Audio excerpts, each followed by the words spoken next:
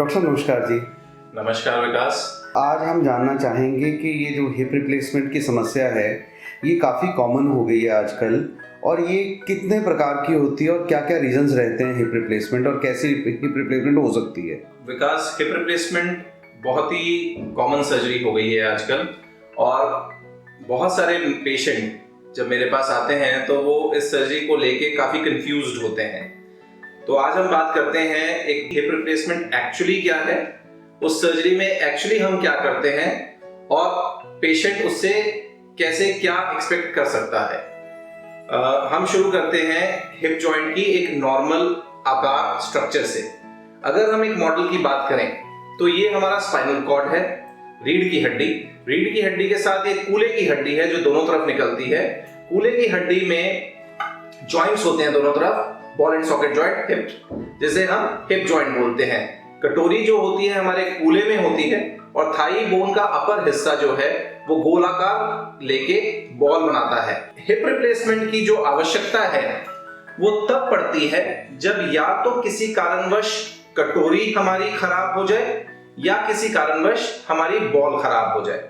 दोनों में से जब भी कोई चीज खराब होगी तो सेकेंडरीली वो अपने दूसरे आर्टिकुलेटिंग सरफेस या जो घर्षण के कारण उसको भी घिसाएगी।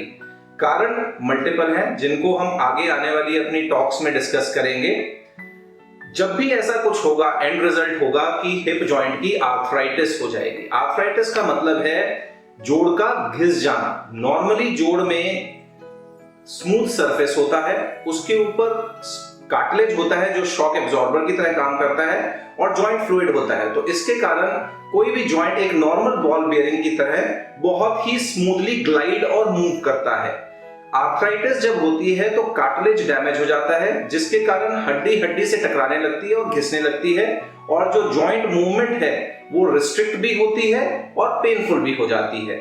जब भी हिप जॉइंट इस स्टेज तक पहुंचता है, कारण कुछ भी हो वो हम आगे डिस्कस करेंगे, तब हिप रिप्लेसमेंट एक बहुत ही आकर्षक ऑल्टरनेटिव की तरह हमारे पास आता है। अगर हम इस सर्जरी की कामयाबी की बात करें तो 50-60 सालों में जो इसका कामयाबी का कॉस्ट इफेक्टिवनेस रेशो है इंटरनेशनली, वो इसको सर्जरी ऑफ द सेंचुरी तक ले जाता है। मतलब हिप रिप्लेसमेंट सर्जरी का जो कॉस्ट बेनिफिट रेशो है वो bypass surgery, knee replacement surgery से भी ऊपर आंका गया है। अब हिप रिप्लेसमेंट सर्जरी में हम हिप जॉइंट तक पहुंचते हैं। हिप जॉइंट एक डीप जॉइंट है, मतलब उसके ऊपर काफी मसल्स और स्किन है। तो मसल्स को सेपरेट करके स्किन के चीरे को लगा के, स्किन का चीरा जनरली 5 से 7 इंच के बीच में होता है, हम हिप जॉइंट तक पहुंचते हैं। हिप जॉइंट तक जब हम पहुंच जाते हैं तो उसके बाद कूल्हे को डिसलोकेट करते हैं। जब हम डिसलोकेट करते हैं तो उसकी बॉल को गर्दन से कट कर देते हैं, जो बॉल ऑलरेडी घिस चुकी है। जब उसको कट करने के बाद हम कप को एक्सपोज करते हैं जो अंदर से घिस चुका है। पहले हम उस घिसे हुए कप को हेमिस्फेरिकल, मतलब आधे सर्कल वाले रंधे से, जिसे हम एसिटाबुलर रीमर्स कहते हैं, उससे हम कटोरी को स्मूदन आउट करते हैं। इट इज जस्ट लाइक जैसे हम लोग टाइल्स लगाते हैं तो पहले हमें खुरदरे सरफेस को स्मूदन और लेवल करना होता है। उसके बाद हम उसमें कप इंसर्ट करते हैं।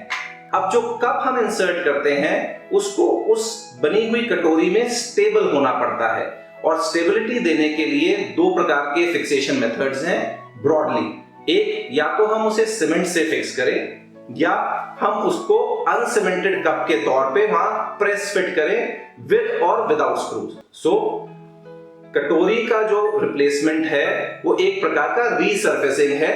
पुरानी कटोरी को स्मूथ आउट करके एक नई कटोरी को डालना, जो कि अंदर बहुत मजबूत तरीके से फिक्स होती है, या तो सीमेंट से या फिर अनसीमेंटेड स्क्रूज से।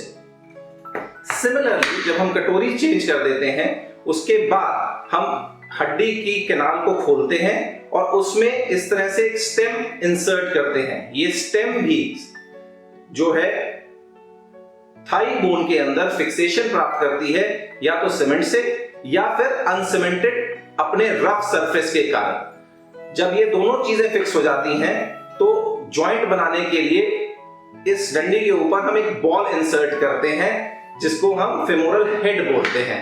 जो ये बॉल होती है ये या तो मेटल की हो सकती है या सिरेमिक की हो सकती है। सिमिलरली जो कटोरी होती है वो अंदर से प्लास्टिक की होती है।